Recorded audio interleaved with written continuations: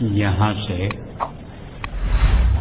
روایات کا سلسلہ شروع ہو رہا ہے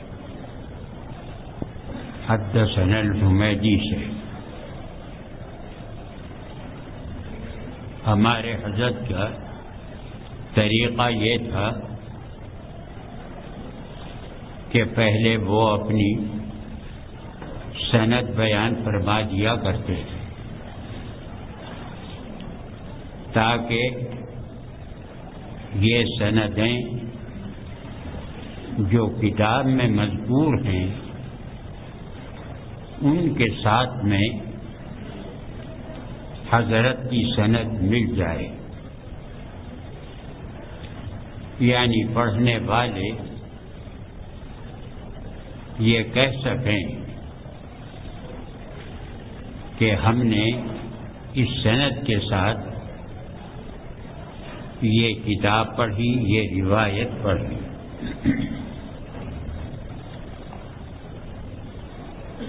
تو یہ حضرت کا معمول تھا، اس میں شک نہیں کہ حضرت کی سندیں نہایت عالی تھی اور وہ ایک حیثیت رکھتی تھی۔ ہم جیسوں کی سند کی کیا حیثیت، لیکن ایک طریقہ چلا آ رہا ہے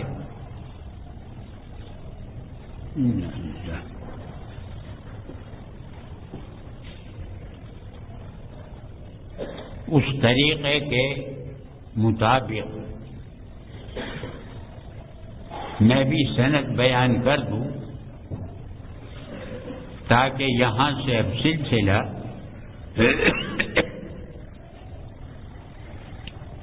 یہ سب سندوں کے ساتھ چلے۔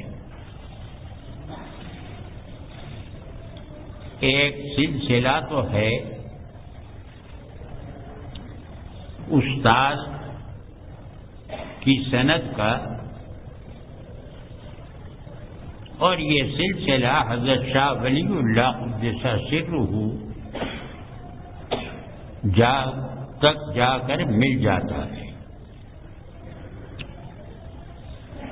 اس کے بعد پھر ایک سلسلہ ہے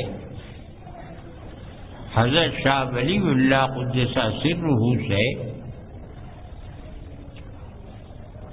لے کر محمد ابن یوسف فربری تک، اور محمد ابن یوسف فربری یہ شاگرد ہیں خاص امام بخاری کے۔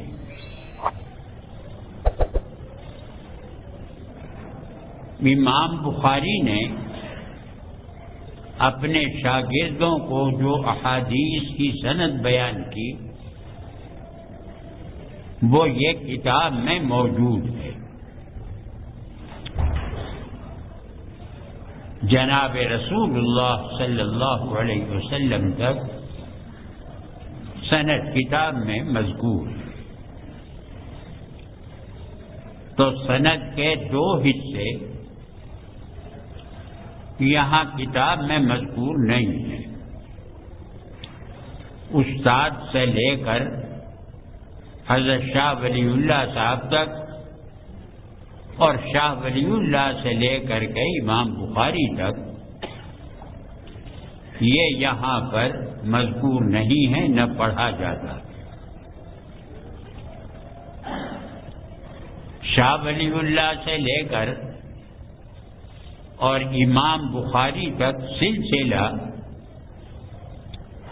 یہ مقدمے کے اندر دیکھ لیجئے، اس کے اندر موجود ہے۔ اسی کتاب کے اندر، ہر کتاب میں وہ چھپا ہوا ہے۔ اور پھر ویسے بھی شاہ عبد الغنی کی سندیں الیانع الجلی کے نام سے کتاب ہے، اس کے اندر بھی یہی سندیں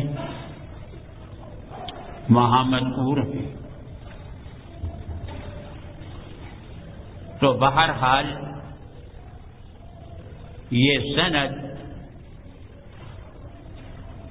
اس کی ضرورت پیش آتی ہے. اب وہ سند شاگرد کو دو طریقے سے حاصل ہوتی. پہلے زمانے میں زبانی طور پر استاد نے شاگرد کو اپنی سندیں بیان کر کے یا کتاب پڑھا کر کاپی پڑھا کر اور دے دی کہ یہ میری روایتیں ہیں، میں تمہیں اجازت دیتا ہوں تم ان کو روایت کرو. کوئی باقاعدہ تحریر نہیں ہوتی. ایک طریقہ تو یہ تھا. ایک طریقہ یہ بھی تھا کہ سند لکھ کر کے دے دیا کرتے تھے. تو ہمارے حضرت کے دونوں طریقے تھے. حضرت اپنی سند زبانی بھی بیان فرما کر اجازت دیتے اور پھر جو آپ سے خصوصی سند لینا چاہتا آپ خصوصی سند عنایت فرمایا کرتے. چنانچہ حضرت نے دونوں طریقے سے اجازت اور سند عطا فرمائی، زبانی بھی اور خصوصی سند جو حضرت دیا کرتے تھے وہ عطا فرمائی. تو صورت حال یہ ہے کہ ہمارے ان اساتذہ میں حضرت شیخ الہند قدس سرہ مشہور شخصیت ہیں. پہلے شیخ الہند کی سندیں ذہن میں رکھیے. آپ کی ایک سند تو ہے حضرت مولانا محمد قاسم صاحب نانوتوی اور مولانا محمد قاسم صاحب نانوتوی شاہ عبد الغنی صاحب کے شاگرد اور شاہ عبد الغنی شاہ اسحاق صاحب کے اور شاہ اسحاق صاحب شاہ عبد العزیز صاحب اور وہ شاہ ولی اللہ قدس سرہ. ایک سند یہ ہو گئی. ایک سند یہ ہے اسی میں ذرا سند عالی ہو جاتی ہے شیخ الہند کی. درمیان میں حضرت نانوتوی کا واسطہ چھوڑ کر شاہ عبد الغنی صاحب سے ملا دیجیے. آپ کو شاہ عبد الغنی صاحب سے بھی اجازت حاصل تھی.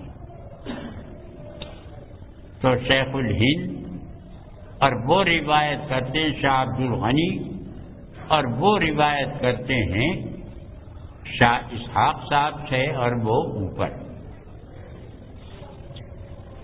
اسی طرح حضرت شیخ الہند قدس سرہ کو حضرت گنگوہی سے اجازت حاصل تھی اور حضرت گنگوہی قدس سرہ یہ شاہ عبد الغنی صاحب کے شاگرد ہیں.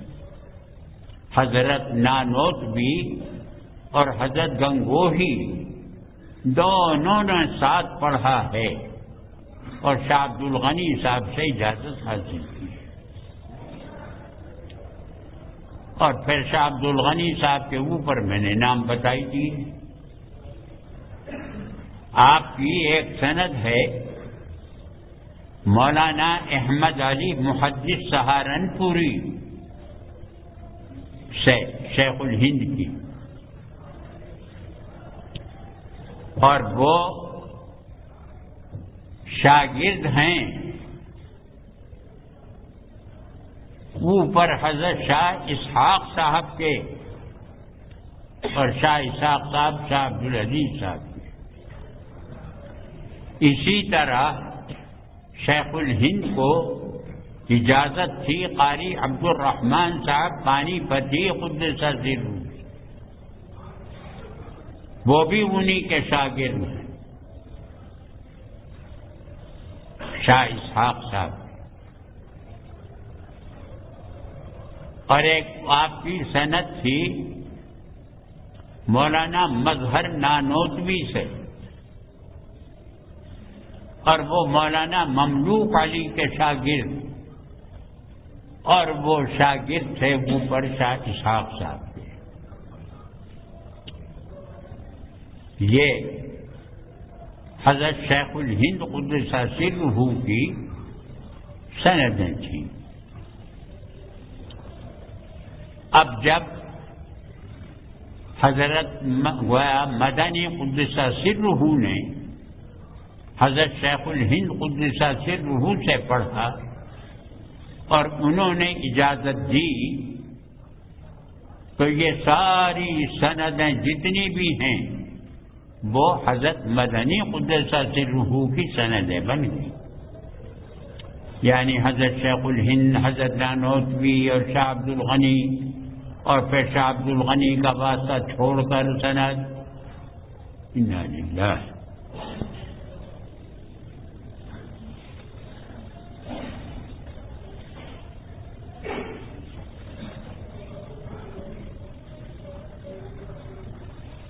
تو حضرت کی سند حضرت شیخ الہند قدس سرہ سے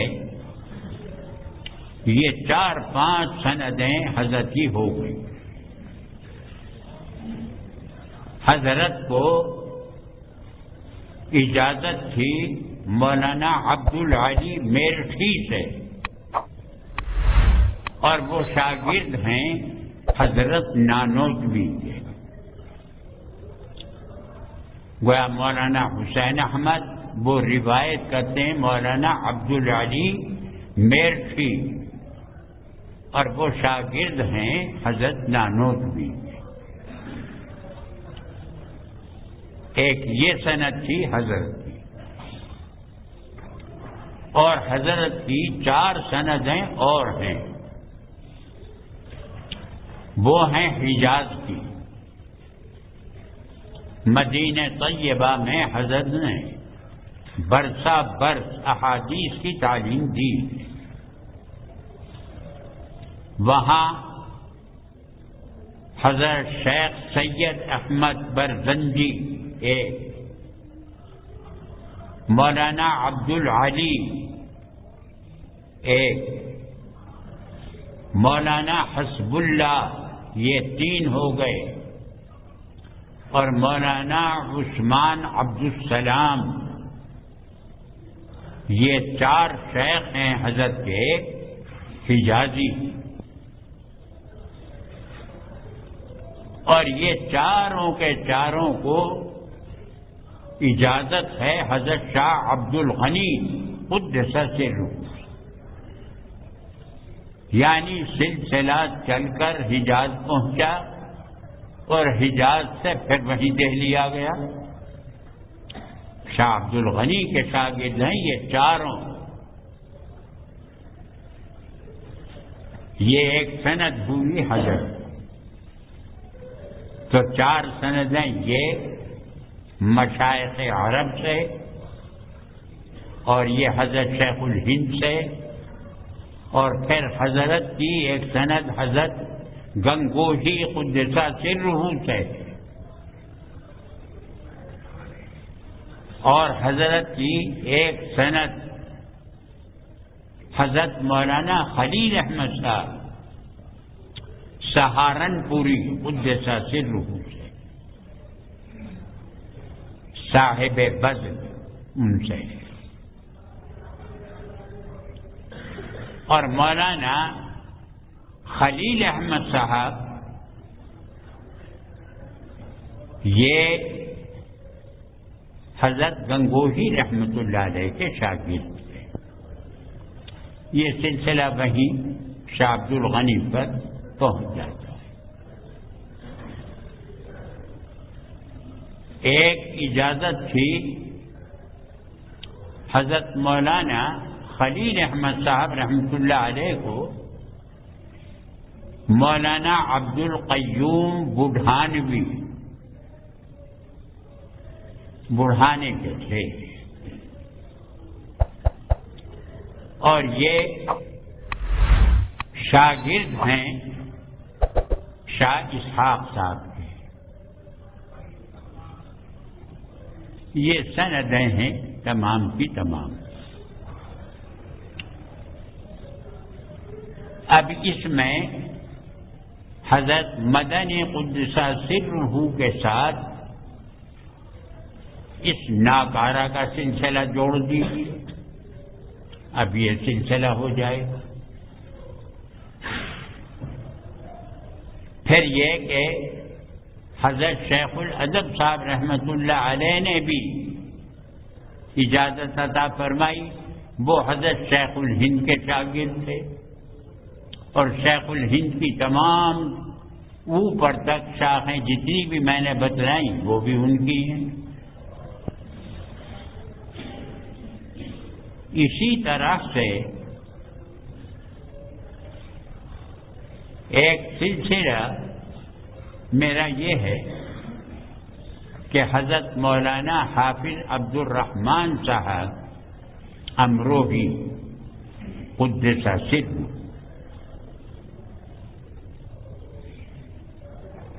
ان سے کچھ اسباق ترمذی کے اور بیضاوی سورہ بقرہ یہ ان سے پڑھے۔ یہ حضرت نانوتوی رحمت اللہ علیہ کے شاگرد تھے، انہوں نے اجازت عطا فرمائی۔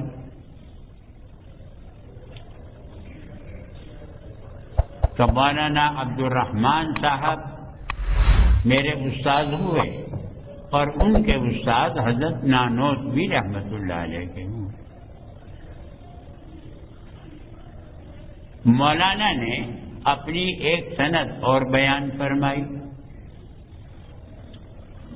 فرمایا کہ مجھے اجازت حاصل ہے مولانا فضل الرحمان گنج مراد آبادی رحمت اللہ علیہ سے،